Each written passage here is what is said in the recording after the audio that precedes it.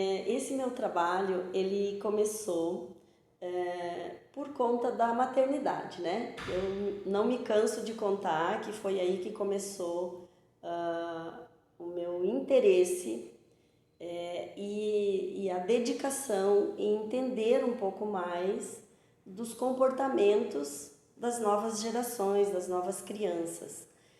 E no decorrer desse tempo, eu comecei a me deparar com comportamentos totalmente diferentes em alguns aspectos e muito similares em outros.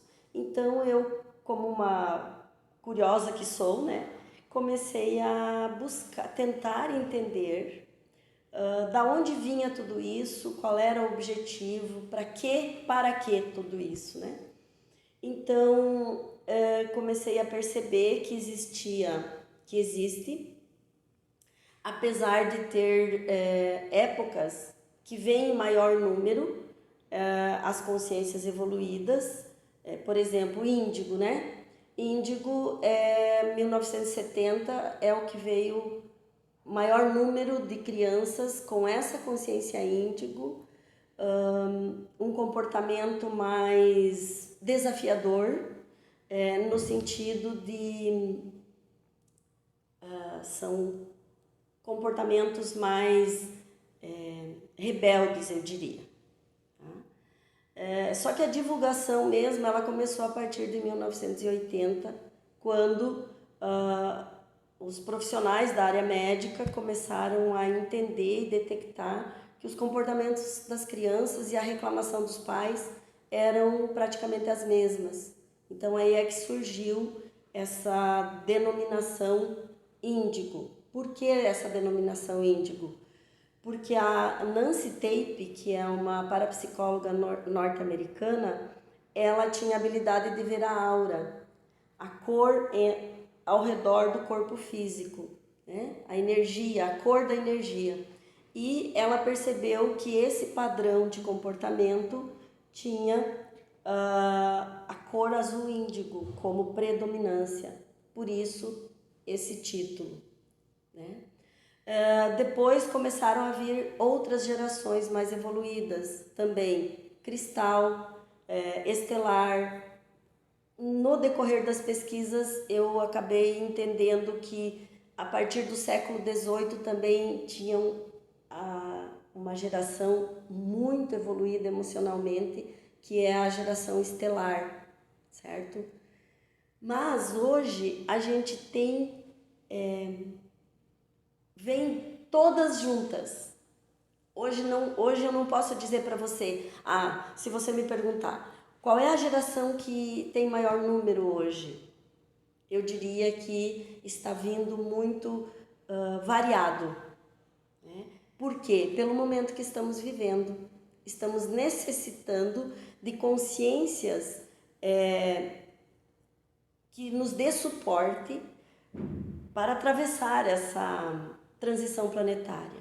Né? Então vem bastante, está nascendo crianças que já trazem a consciência índigo, outras índigo cristal, outras já vêm como cristal índigo, estelar, violeta, então está vindo assim um número bem, eu diria, mais equilibrado, né? Porque o fato de vir 1970 bastante índigo, é porque naquele momento era necessário. Porque aquelas crianças que hoje são adultos são os que estão mais fortalecidos para nos dar esse suporte da transição. E como funciona, tu entende assim essa questão dos traumas, de depressão, de problemas emocionais, características muitas vezes que a gente entende como disfuncionais ligadas a esse conceito que tu traz das curas e tratamentos que podem ser vivenciados através das terapias e das práticas com a consciência dessas gerações? Bom, trauma. Trauma, eu diria que é um assunto bem grave e ao mesmo tempo meio confuso, porque a criança em si, ela suporta muita dor, porque ela não tem o entendimento. Então, como a criança suporta a dor, ela só vai descobrir que foi um trauma quando ela é adulta.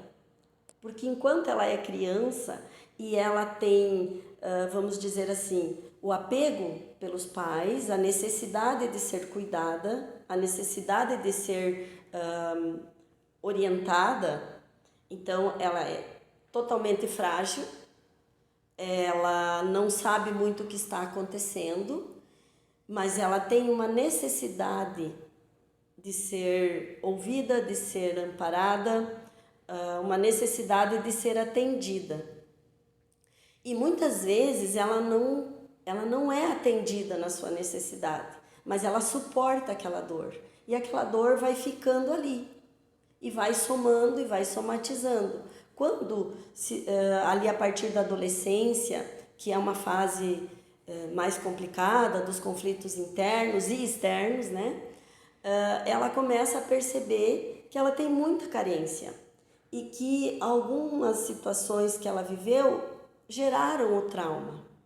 Porque o trauma o que é? O trauma, ele é... Quando a gente sofre um trauma, a gente congela.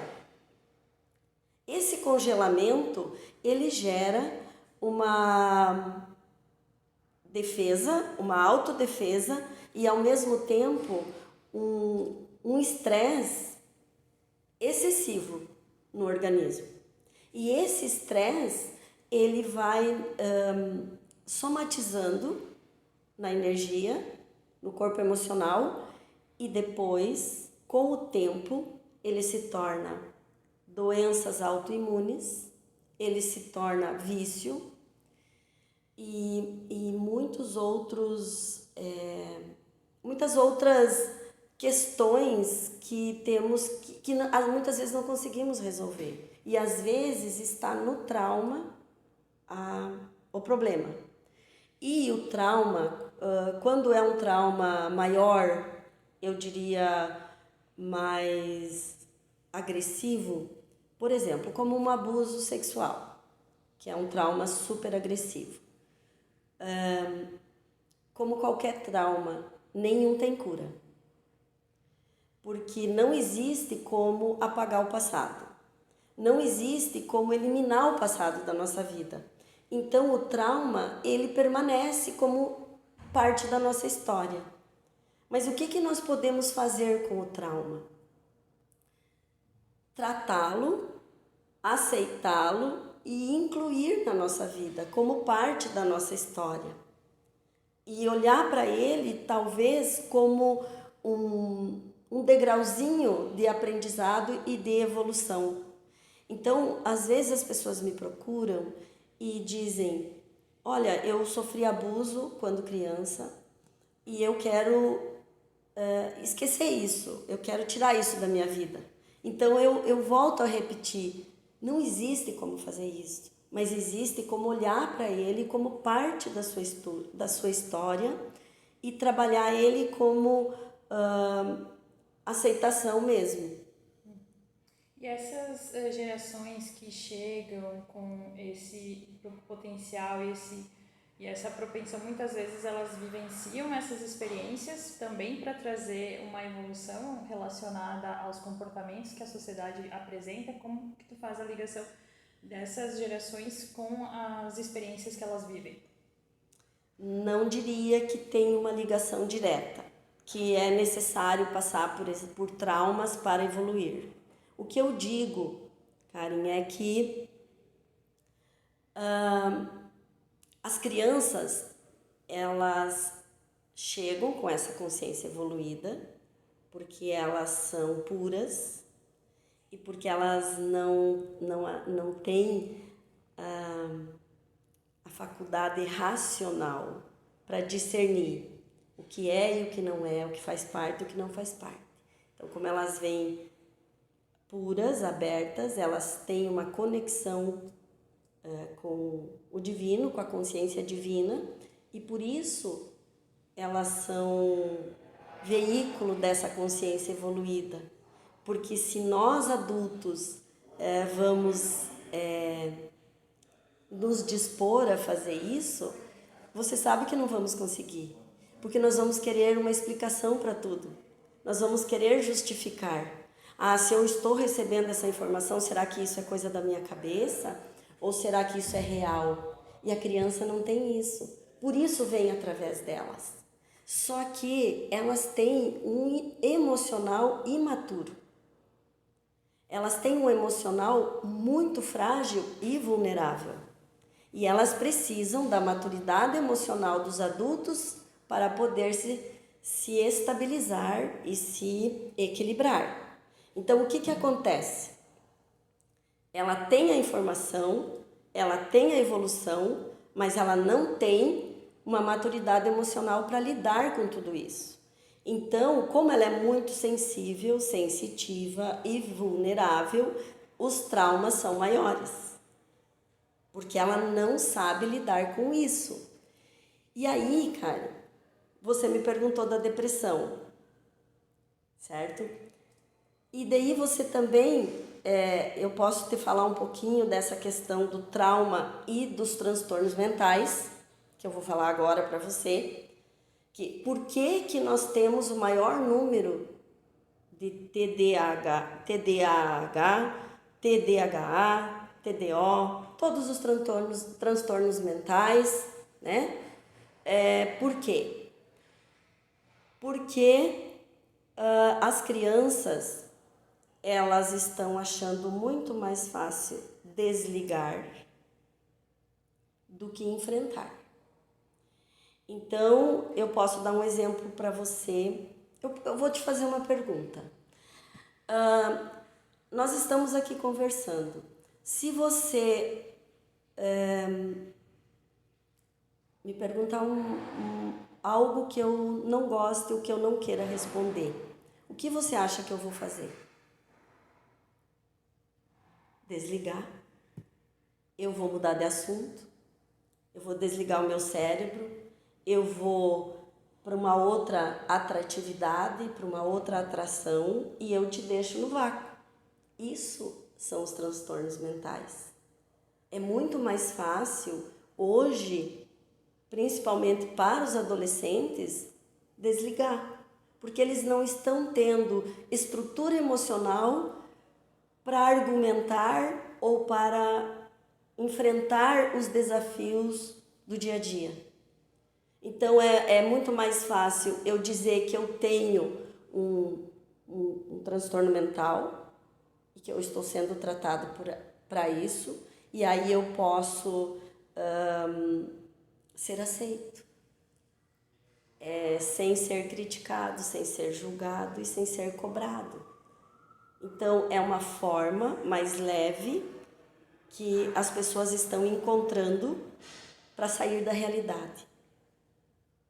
Então, se eu tenho TDAH, então eu posso fazer isso. Eu posso estar aqui com você, mas ao mesmo tempo eu posso pegar um objeto, eu posso bater na mesa, eu posso mexer nos dedos, porque é a forma que eu tenho de me distrair. Entende?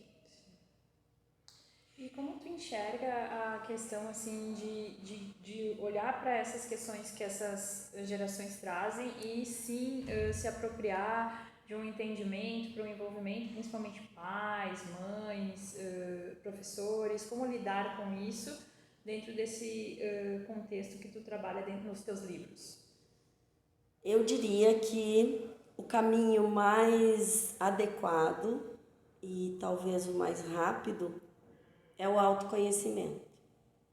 Porque a partir do momento que nós nos conhecemos, sabemos os nossos gatilhos emocionais, nós conseguimos nos equilibrar emocionalmente, ter uma estrutura de equilíbrio interno, um equilíbrio interior, para poder lidar com o comportamento dessas crianças, que é um comportamento que está exigindo muito. Então, todo adulto, e eu tenho isso como experiência também de consultório, as famílias que estão empenhadas em se autoconhecer, em melhorar emocionalmente, para dar uma estrutura emocional para seus filhos, é onde as crianças são mais saudáveis. É onde as crianças têm sono mais reparador, é onde as crianças conseguem ter uma alimentação mais saudável e uma saúde emocional saudável também. Então eu entendo que desde o começo, tudo que eu comecei a trabalhar e a pesquisar, eu entendi que para eu dar conta dessa maternidade que eu tinha tanto medo e tanta insegurança, eu teria que melhorar. Eu teria que me curar, uma cura interior, ter mais autoconfiança, cuidar mais das minhas emoções. E eu entendi que isso veio para me ajudar a melhorar como pessoa. E eu posso dizer aqui, Karen, meus filhos não são perfeitos, porque cada um é cada um. Então, por mais que a gente se dedique, nunca vai ser talvez aquilo que a gente espera. Mas a minha tranquilidade é que eu fiz o meu melhor. O que eles fazem com tudo que eu ensinei e com tudo que eu cuidei e que eu oriento eles hoje, já é deles, porque eles são adultos. Mas eu, dentro de mim, assim, no meu coração, eu sinto que eu fiz minha parte. E às vezes eles até verbalizam isso. Mas eu não fiz esperando que eles me agradecessem. Eu fiz porque eu me senti na responsabilidade e na obrigação mesmo de dar um suporte para dois serezinhos que não tinham nenhuma proteção a não ser minha e do pai deles. Então foi dessa forma que eu encontrei, e por isso eu posso dizer e eu posso afirmar que é muito melhor hoje você se preocupar em cuidar de você emocionalmente, porque através disso seus filhos vão estar melhor emocionalmente, porque eles absorvem tudo que está no ambiente. Você não precisa verbalizar o que você está sentindo. Eles sentem e eles sabem. E eles sabem também quando a gente está mentindo. E tu fala um pouquinho para nós como foi então a inspiração para ti, além de toda essa trajetória materna, assim, de ir para esse caminho, escrever esses livros e falar, né, dessas gerações, com toda essa necessidade que tu tinha de compreensão com teus filhos, mas tu acabou abordando um tema que engloba toda a sociedade, todo o planeta também todo, porque cada país com as suas características está recebendo cada época, cada geração, uma consciência que vem através das crianças. Como foi para ti entender isso e escrever teus livros? Pode falar um pouquinho dos teus livros. Então, o Índigo Ouro, tá? Eu comecei a escrever ele na pandemia. Na verdade, eu já estava escrevendo ele, na pandemia eu finalizei ele porque eu entendi que era um projeto que tinha que ser concretizado. Depois, 2020, eu lancei, não, 2023, lancei o Cristal na Cura da Humanidade. O que me levou a fazer isso? Eu comecei escrevendo para o blog Guia da Alma, que eu sou terapeuta lá, tenho meu perfil lá no site Guia da Alma, e eu comecei a escrever para o blog. E os meus artigos, nossa, tinha muitas leituras, assim, um número muito grande de leituras. E aí eu comecei a perceber, e também nos atendimentos as pessoas queriam saber mais. Então eu comecei a perceber que era importante registrar como uma obra literária para que fique mais acessível, para que fique, vamos dizer assim, permanente, né, essa informação, porque é uma informação rica de autoconhecimento, de despertar espiritual, de evolução da consciência, onde as pessoas se encontram e são informações que as pessoas podem transformar em hábitos diários. Né? Então eu me senti na responsabilidade de trazer como contribuição para que as pessoas entendessem e entendam que essa transição planetária que nós estamos vivendo da era do ter para a era do ser, ela está mexendo muito com o nosso equilíbrio como um todo. Está mexendo com a nossa saúde emocional, com a nossa saúde mental, com a nossa saúde física. Porque tem dias que a gente não sabe o que está acontecendo, mas que não consegue dormir, que não consegue comer, que não tem ânimo para trabalhar, que não tem ânimo para estudar, que parece que está tudo bagunçado. E está mesmo, porque nós estamos no período de transição. Então pense que você está com um pé no ter e um pé no ser. Tá, eu tenho recursos materiais, eu tenho isso, eu tenho aquilo, eu tenho um trabalho, eu tenho família, eu tenho tudo, certo? Mas agora é a hora desse ter se transformar em ser. O que eu quero ser? O que eu vou fazer com todo esse ter? Né? O que é mais importante para mim hoje? É ter qualidade de vida, é ter momentos saudáveis comigo mesmo, para poder ter um equilíbrio emocional melhor para a era do ser. Porque o que estamos fazendo ainda? Estamos nos desconectando de si mesmo. Porque ainda é melhor para ser aceito.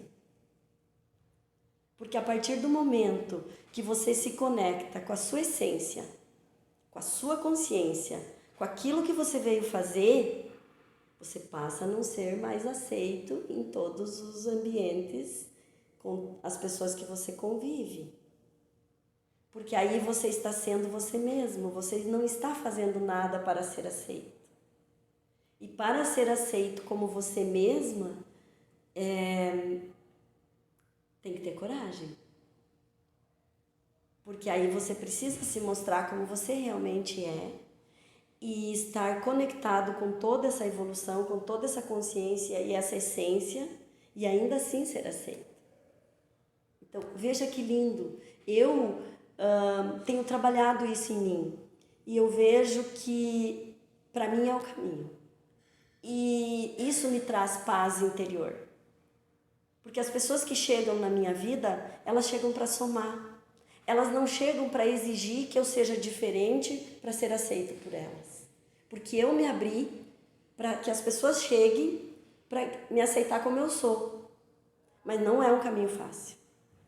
É um caminho que exige coragem, principalmente, exige decisão, determinação e perseverança.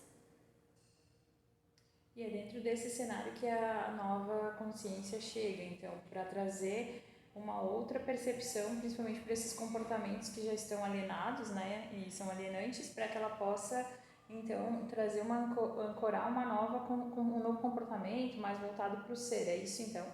É o objetivo das novas consciências que chega através das crianças, é justamente promover essa conexão consigo mesmo.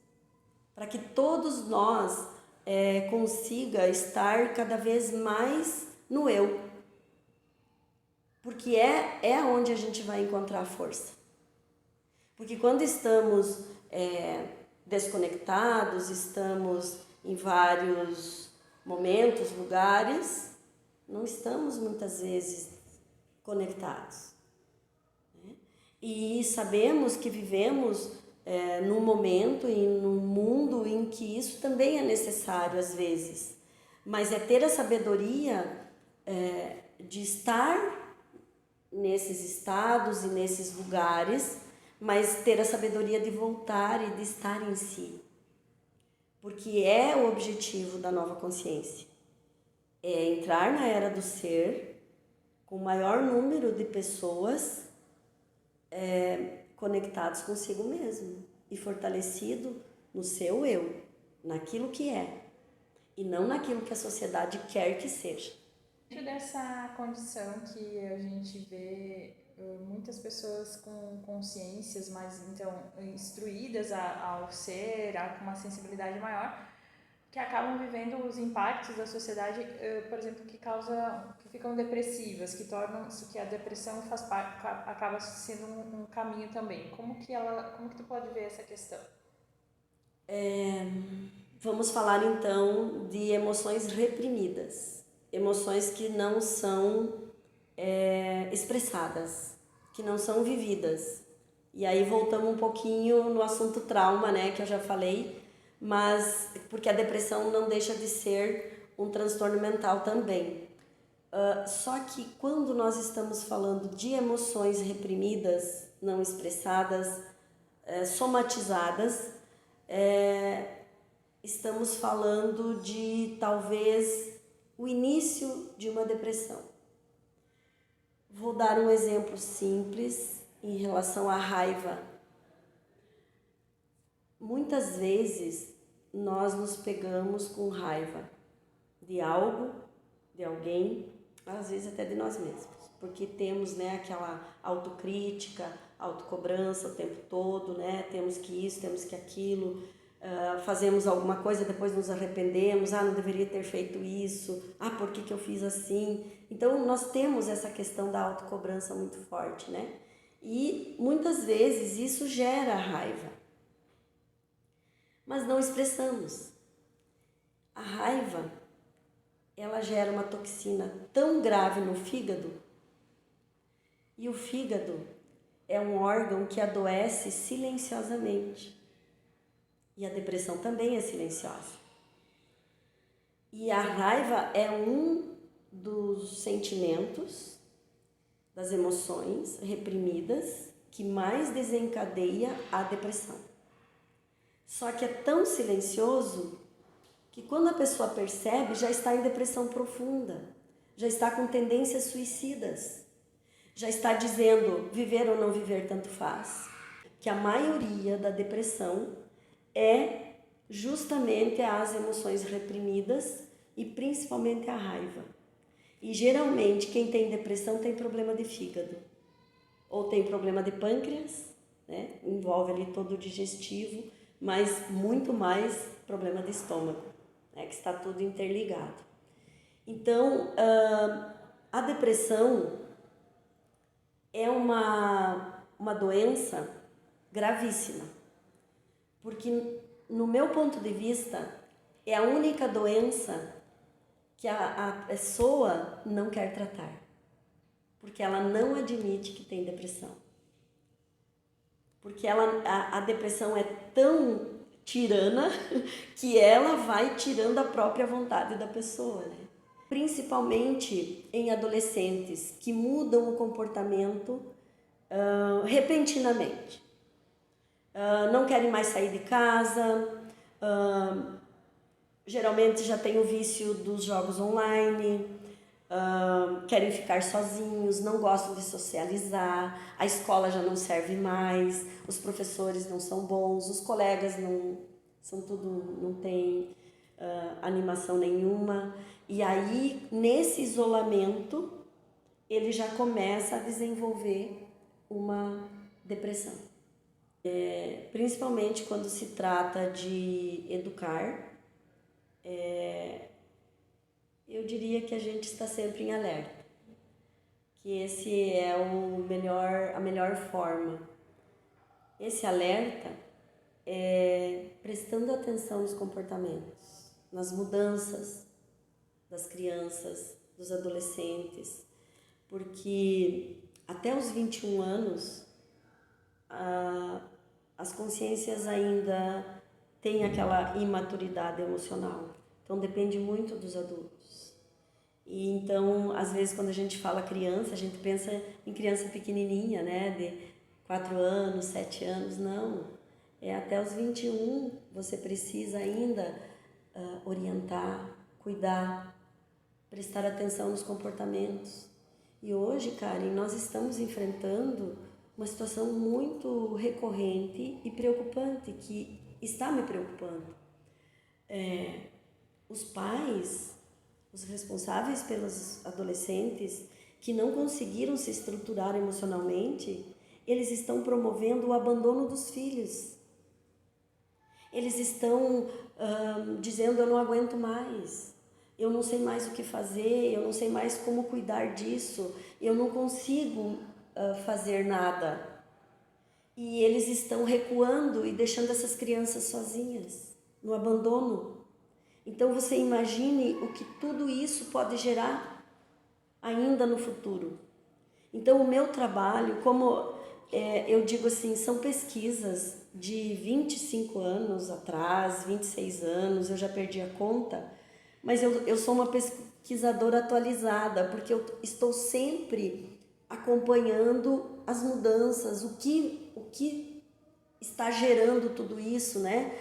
Tivemos uma pandemia, o pós-pandemia, quais são as doenças, quais são os comportamentos, quais são os transtornos, as doenças mentais que estão aumentando todo dia, né? Então eu digo que esse assunto do abandono dos filhos é gravíssimo e já está em um número meio que absurdo. Então eu já estou aqui para alertar. Então não abandonem seus filhos, mesmo que o comportamento deles seja inadmissível. Então, tome as rédeas da situação, coloque limites, redesenhe uma rotina, coloque disciplina na vida das crianças. Elas precisam disso. O que eu mais enfrentei nessas pesquisas e nesses estudos foi, eu diria, a ilusão dos pais que as crianças eram tão evoluídas que não precisam dos adultos para orientar, colocar limites, levar para a escola, cuidar da alimentação, cuidar do horário de brincar, horário de estudar. Foi o que eu mais enfrentei. É como se fosse, meu filho tem consciência evoluída, então ele sabe tudo. Ele não sabe. Ele tem a consciência evoluída, mas ele precisa aprender a viver aqui no planeta Terra, que não é fácil.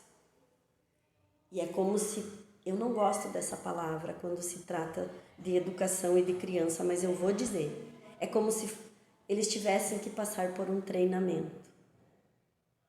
Mas esse treinamento, ele precisa ser com amorosidade e com empatia no sentido de se colocar no lugar da criança, de saber qual é a necessidade dela naquele momento. Porque eu presencio, às vezes, pais que estão ali com a criança atendendo a sua própria necessidade e não a necessidade da criança, que é um ser frágil. É dessa forma que eu vejo. E como seria para a tua abordagem assim que tu traz no teu curso, por exemplo, para pais, para professores, o que eles podem aprender dentro dessa proposta que tu traz do teu curso? Esse curso, Jornada da Evolução da Consciência, a missão das novas gerações do despertar coletivo. Eu diria, Karen, que é um aprofundamento de todo o meu conteúdo. Então são pequenos vídeos, né, de 13 a 20 minutos cada um, são 4 módulos. Depois dos 4 módulos ou na metade dos módulos ali, tem um encontro comigo online e estou fazendo presencial também em alguns lugares, onde a gente faz vivências e eu ensino muitas técnicas onde a pessoa vai se autoconhecer, vai cuidar emocionalmente de si mesmo.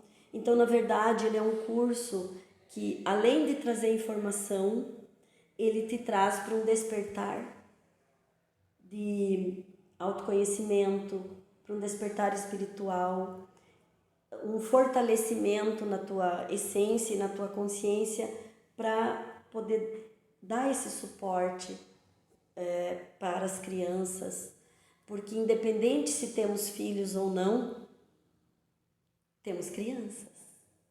Então, se nós adultos melhoramos, nós estamos informando essa melhora para o coletivo e esse coletivo devolve para o indivíduo, devolve para cada um. E as crianças são as que primeiro recebem. Lembra que eu falei? Porque elas estão prontas. Então, o que chega, elas recebem. E como elas têm a consciência evoluída, elas vão receber as informações boas primeiro. Porque a gente não vê uma criança triste, ou preocupada, ou estressada. Ela fica braba quando ela não tem o que ela quer. Mas em si, a essência da criança é a alegria. Ela está pronta para ser vamos dizer assim, o nosso lado bom. E a gente esquece de se divertir com as crianças. Porque a gente, principalmente os pais, tem o medo de errar, a responsabilidade de educar. Então é tudo sempre... Eu fui assim, muito exigente, muito séria, muito preocupada. E muitas vezes eu perdi a oportunidade de brincar com as minhas crianças. Então é esse o objetivo, fazer com que pais, mães, familiares, sociedade, professores possam entender essas novas consciências e conduzi-las para uma evolução. Isso. E mais leve. É isso mesmo. Esse é o objetivo do curso.